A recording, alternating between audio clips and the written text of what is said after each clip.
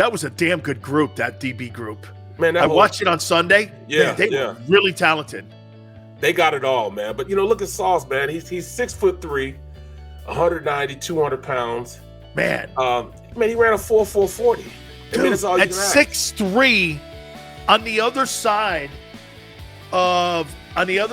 of Darius.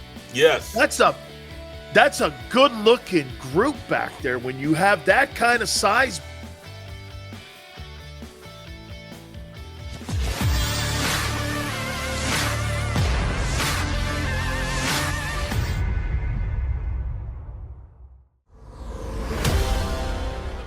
Sileo, Barrett Brooks. How about Washington coming out today, Barrett, and saying that they've offered the Houston Texans a trade package for Deshaun Watson that, again, barring any kind of stuff that pops up because of these cases, you got to say Washington is being very active. They've last week said that they'd like a conversation with Seattle, pretending maybe on getting an opportunity of making a trade for Russell Wilson. And now they've got a trade package on the table. Chase Young's name's involved in it. And if you're Lovie Smith, you're looking at a perennial pass rusher. You're getting a player and you're getting future draft choices. I mean, that's one thing right now that Houston needs. I don't think Houston needs a ton of draft choices. They need players. Yep. They need football players on that team, and they need to change the culture in the building to make guys like you want to go like this. Man, I'd love to play in Houston. Right now, they're pariahs because of the way people left. I mean, DeAndre Hopkins talked shit on the place. Andre Johnson talked crap on the place. I mean, J.J. Watt has been quiet because he was a soldier there and they love him. But, dude, there hasn't been very many people talking really highly about the way the McNairs run that organization. So you and Nick Cassero and everybody has to change that entire culture there. And I do think, after looking at it, them hiring Lovie Smith, you couldn't have a better character guy in the building to try to turn that thing around because he'll put the Dungy touch on that, and they'll try to change that culture. You get Chase Young in there, you get 2 first-round draft choices plus maybe some additional seconds and thirds to build your football team. I don't know, man. I'll tell you, it's going to be interesting to see what Houston does because remember, the 18th is around the corner and $39 million becomes guaranteed for the Texans. So they can't just walk through this any longer. They got to get this deal done. No, this deal has to be done and in a hurry because you don't want to be the guy that, that's on the hook for that if you're not going to be using his services. I don't care how much draft collateral you get, for a guy like that. You want him off this team because it'll be a hit on your salary cap. So at this point, they'd rather make something happen sooner rather than later. And I mean, that's smart for the commanders or commandos or whoever they are, to really make it known that they're interested in trying to make some moves to bring in a top flight quarterback. They're not playing around. They want to be a competitive team in this division, and they're a quarterback away from doing that. They showed it last year. They've got good coaching on both sides of the ball. They just didn't have the horse to put in the race at the quarterback position, which made them play less than adequate, or below level because of it. That and Barrett, think of this. What else he does. Think about what else he does too, Barrett. Daniel Snyder's wanted to get out of Landover, Maryland. Okay. And he wants to get closer to where RFK was because he believes, and I do too, it's like the Dolphins when they left the heart of Miami, they took most of the fan base with them, and they got them out there in Winter Garden.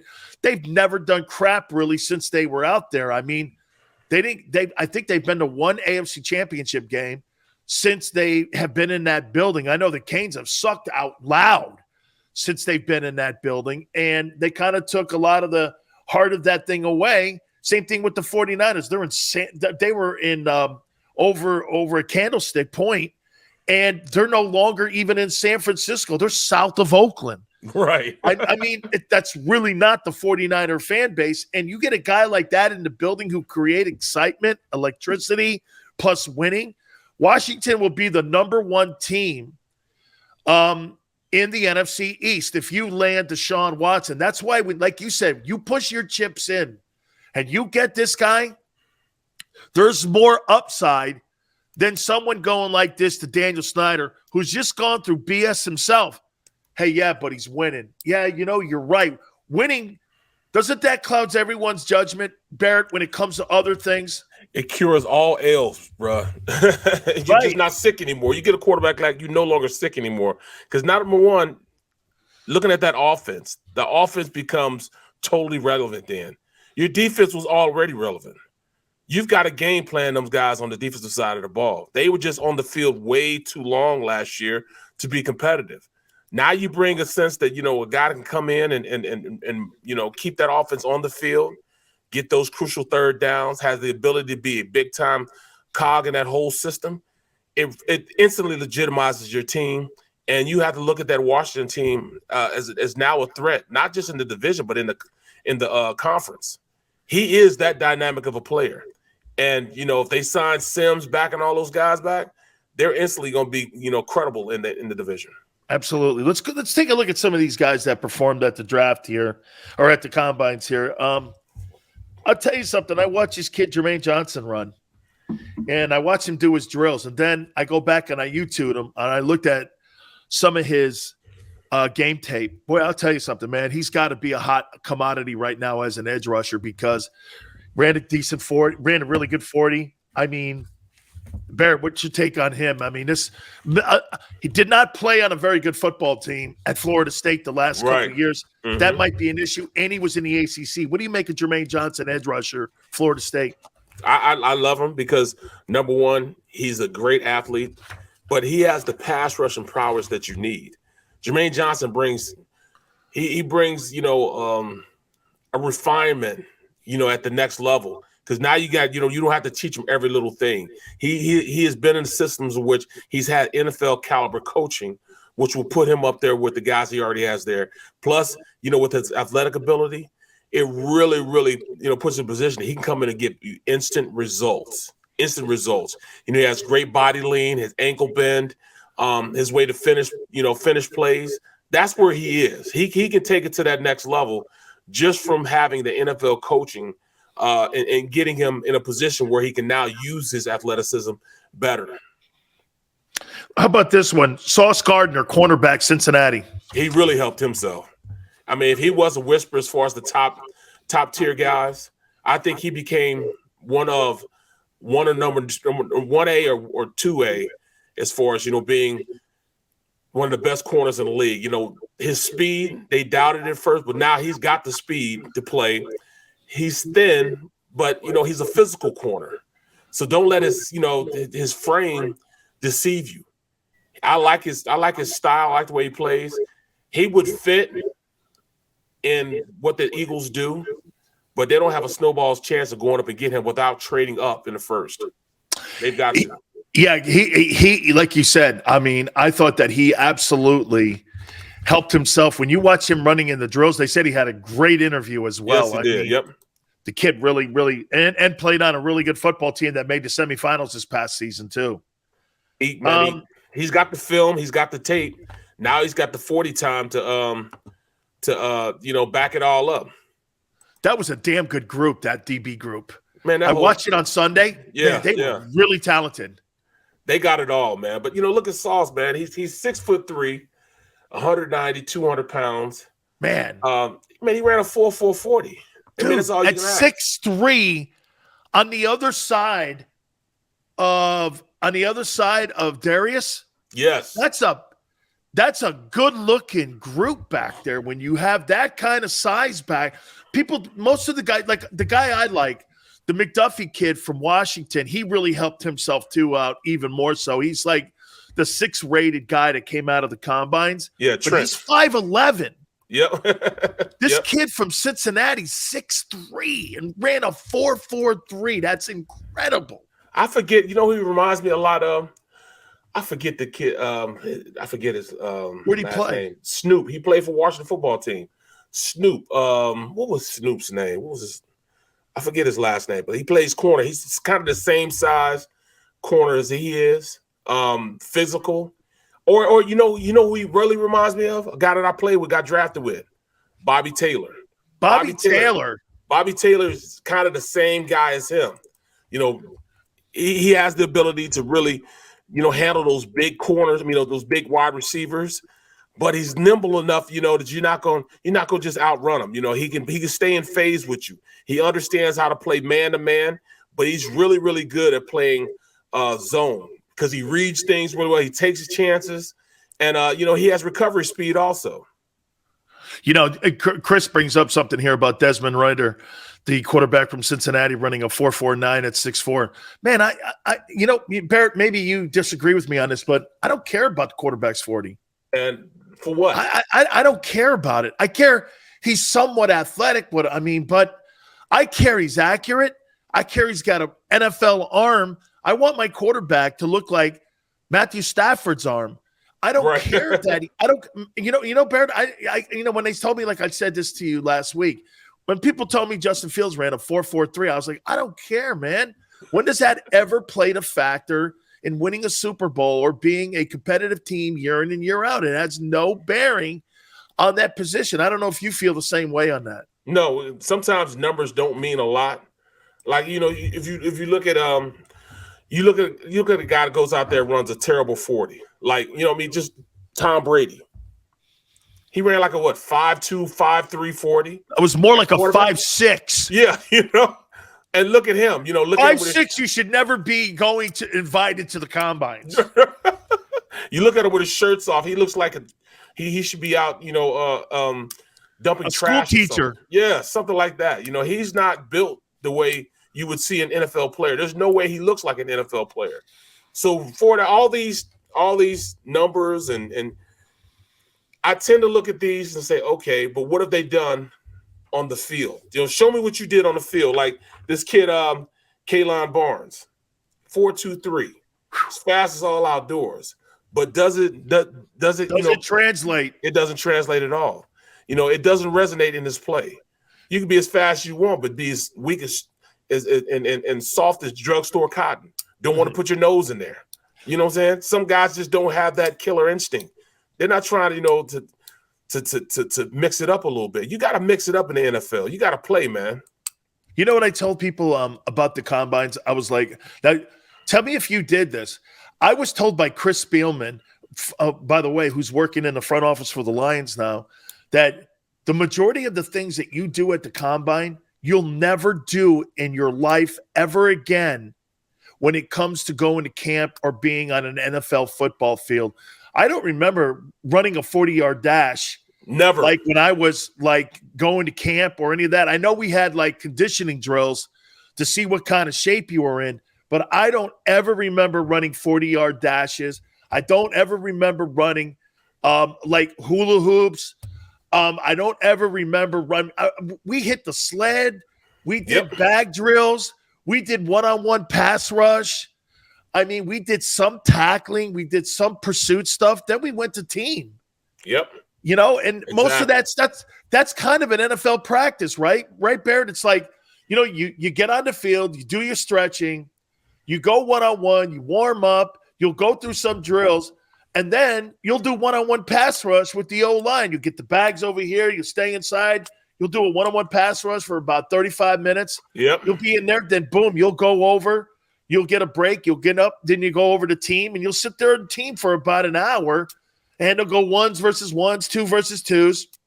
Situational football. Conditioning. Practice is over. Yep. You're never on the field more than 2 hours, man. 2.5 hours. And during that time, you're doing stuff that, all right, you're gonna do the skill stuff, skill work, especially if you lack something like you didn't do. We'll do a double team drill where we go through and make sure we get the proper, proper hip placement, shoulder placement, head placement. Something shows up on film, right? Where you go, you didn't get your head front side. That's why he scooped you. Exactly. You'll do that, and once you finish that, you go into team periods where you're going against somebody that's going to give you a look. You know what I'm saying? You're giving them a look. After that, 40-yard dash, the only time I would even get close to running a 40-yard dash, and I'll tell you, I was not running 40 yards if I had to make the tackle. But, an interception for me, you know what I mean, if I'd have to go run that far. But other than that, man, it's 5, 10-yard burst. That's what it was. Did you train for the combines? Yes, I did. I trained in school. at school. I didn't go to these kids go to these conditioning camps. Yeah. And they pay a lot of money for these camps too, man.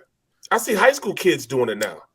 Yeah, get this. So the agent, what he does is he fronts you the dough before the money comes. Right. And when he treats you as like Don King, all of a sudden your signing bonus comes and he's got $100,000 whacked off that. And you're like this. Hey, whoa. What happened here? Yeah. What happened here? He goes like this. Well, someone had to pay for that there. And you're like this. Jesus, right. Man, these agents, man. Holy cow. Okay, let's go down here. I thought Trayvon Walker from Georgia also helped himself too. Another edge rusher, man. What do you make of him? That's the guy I wanted the Eagles. That's who I put in my not necessarily a mock draft, but my wants and needs. As the Eagles team looks. I actually said you could actually stay in Georgia and just draft 3 kids from Georgia in the first round. You'd be good. Walker that being one of them. Impressive, isn't it? Oh, no question. And Dean, I just stay right there, draft those guys. But I like Walker. That's why I like Walker more than the big guy that ran the 40, because Walker is a complete player. Everybody's talking about, what's his name? The big kid that ran the Jordan Davis. Everybody's talking about Jordan Davis. Well, the guy that made that defense run, the cog that kept that the whole thing going was Walker. Walker playing up to his ability allowed everybody else to eat.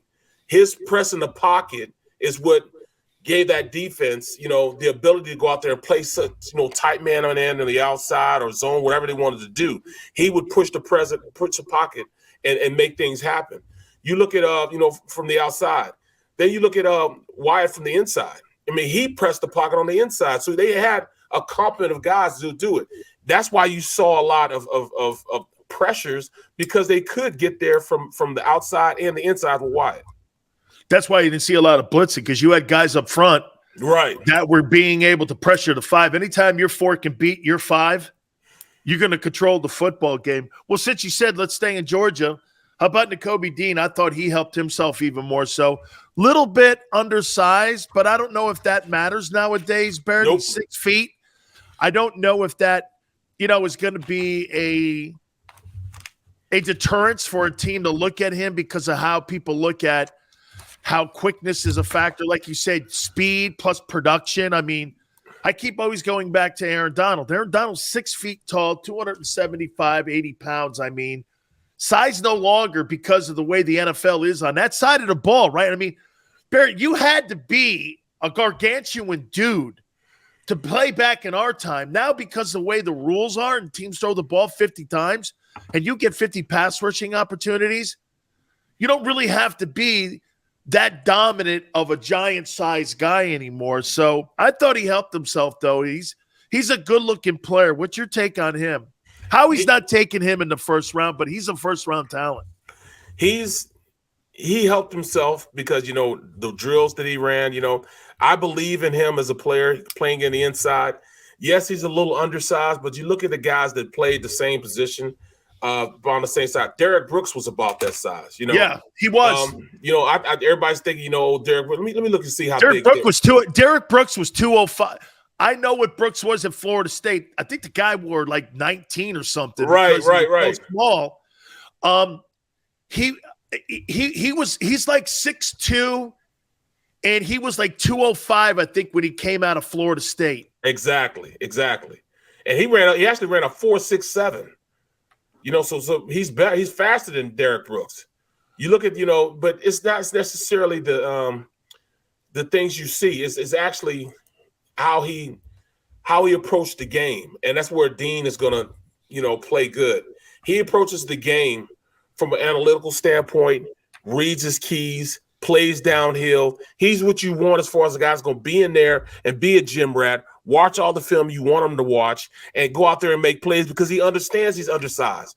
So he's going to try to beat you to the punch as opposed to waiting for you and letting it develop. He's going to watch enough film and be ready to rock, so you don't have to worry about him using his size. His size could be a detriment if he wasn't a guy that reads and reacts really quick, but he does that. He reads and reacts real quick. And if you go run Tampa 2, you need a guy like that, because Tampa 2, you have to have a linebacker that can run, and because you almost going to play safety at times in the Tampa 2 system. He'll be back 20 yards down the field, coming downhill and making plays. That's exactly correct. And like you said, I think the way that he understands defenses is because there's no question that you see a lot of the kids coming out of college this year, out of Georgia. Kirby Smart, that's what his forte is really, the defensive side of the football. And those kids, that you could tell that they've been well coached. So let me add another guy here. David Ojabo. Here's my only issue with him, Barrett. I have a problem with 1 year production guys. Yes. I'm not saying that. See, you could either go either way with a 1 year production guy. Either there's a massive upside still to him and still to come, and he'll be better in the pros, or that's the best that kid's ever going to do. And he goes into the NFL, and before you know it, he's like all over the place. Confidence is shot, and this guy had 15 really great games. And you're like, is that enough for me to sit there and take a first rounder on David Ojabo? David Ojabo is going to test well because he's a tremendous athlete. I think he was a basketball player first when he was in Nigeria, and that kind of gives him a skill set and the swivel and the hips and all that stuff, getting around the hula hoop. So he's going to be an athlete. I just get a little nervous with 1 year production guys, especially at the defensive line position. David Ojabo, look at his great height. But he needs to put a little more lead in his ass, man. He's just small, man. You know what I'm saying? He's only 250, 6'4", 250. And you're gonna ask him to be an every down player. That means he's gonna be going against offensive tackles that weigh 340, upwards of 340, 330, 340. And can he use his size? Will it deter him from being as physical as he could be against these bigger guys? You have guys like Joey Bosa. Even Joey Bosa was like, 265? Yeah. 270? But that's awful small, man. And that could be a problem, when you're playing. He's not playing a linebacker. He's playing a hand-in-the-ground defensive end, not a linebacker. So I don't know if he really necessarily fits the system. If he goes somewhere like maybe the Steelers who run a 3-4. He's a great 3-4 outside guy that comes in on third down, and when they put the 4 down lineman down, he could rush the passer. But Ojabo, he's just really light, man. I don't know if he's. Dude, if I put a chipper on him and I put a tight end on the outside of him, man, I'm gonna pound his ass into the ground. That's what it is. And by week 6, this guy's gonna be on IR, man. I mean, right. It's not so much that he can't play; it's the fact that can he take it going 17 weeks. And trust me when I tell you, when you're a college kid and you go into the NFL after week 12, you got 4 more of these things. Now you got 5 more of these things. And I'm sitting here going like this, holy shit, I'm not in good enough shape, man. These dudes, hey, seriously, Barrett, week 12 came, I was like this. We got 4 more of these things. And it made me, and I love playing football. I'm like, Jesus Christ, I've lost 18 pounds. Bro, exactly. Right. No, Dan, put it like this. I can remember because they wanted to get me ready. I'm starting left tackle. They wanted to get me ready. So I started every single play in the preseason. So that's 4 games. Once I hit week 10, that's 15 games I played in. And I tell you what, bro, I was feeling it, man. Until I hit the wall. I smacked it right in the face, man, because I hit the wall in the worst way. You know what I'm saying? I was like, man, we still got how many more games left? I know, man. And then we went to the playoffs. So that's 2 extra games. Oh, my God. Bro, I was so I'm not going to lie, man. So what you played at? You're like 23 games? Yes. 22 games. I played 22 games. 4 preseason, 16 regular season, and 2 playoff games. My body was done. I needed that break at the end of the year, bro. I was done. I saved this guy because I hate wide receivers being drafted in the first round. I just think there's some of these guys are dudes. Drake London, wide receiver. Would the Eagles look at another wideout in the draft? Yes. Oh God, I hate you said that. I hate you said that, man. They will, man, because speed kills, and there's so many fast guys that came up in this combine, man. You know what though, Barrett? They have built the team inside. They are strong. They are strong, and they need to get a little bit stronger on the defensive side. Yes. So maybe they are looking at the speed, but I mean, why would you draft 2 wide receivers and you don't have the dude at quarterback? Well, they feel as though they have the dude. Okay. They I'm telling you, just looking at it and how they're approaching, I think they really do. They like Hurts. They like what his upside is. They believe he does have an upside, and that's the biggest thing. They believe Hurts has a good enough upside that they're gonna take a chance with him. So I mean, you look at a guy like Garrett Wilson from Ohio State, speed 4.38, somebody to take the top off, somebody to come in and be an instant. Or Chris Olave, he ran a 4.3 also from Ohio State. You give him the ability to go out there and stretch the field, when he can stretch the field and have hands to catch the rock consistently. That's a weapon, bro. That's a weapon. And considering the fact that the Eagles are going to run the ball so much, it really, really helps them out because now those one-on-one routes, like I said, on the outside, you can't play both sides of the fence. You can't play run-stopping defense, and still be able to go out there and stop those receivers on the outside. So they draft a guy in the first round, a wide receiver. They bring in a veteran wide receiver on the outside. Man, that might just be what the doctor ordered. It now opens up the run game if you choose to pass it, and it also, if you choose to stop the run, the passing game is going to open up. I want to look at the NFC East. Are the Cowboys still the best team in the NFC East after what has happened today? I think it's up for the taking by any team in the East right now. I don't think maybe the Giants will hit that on the other side. We're back in 3 minutes. Please keep it here on The Middle.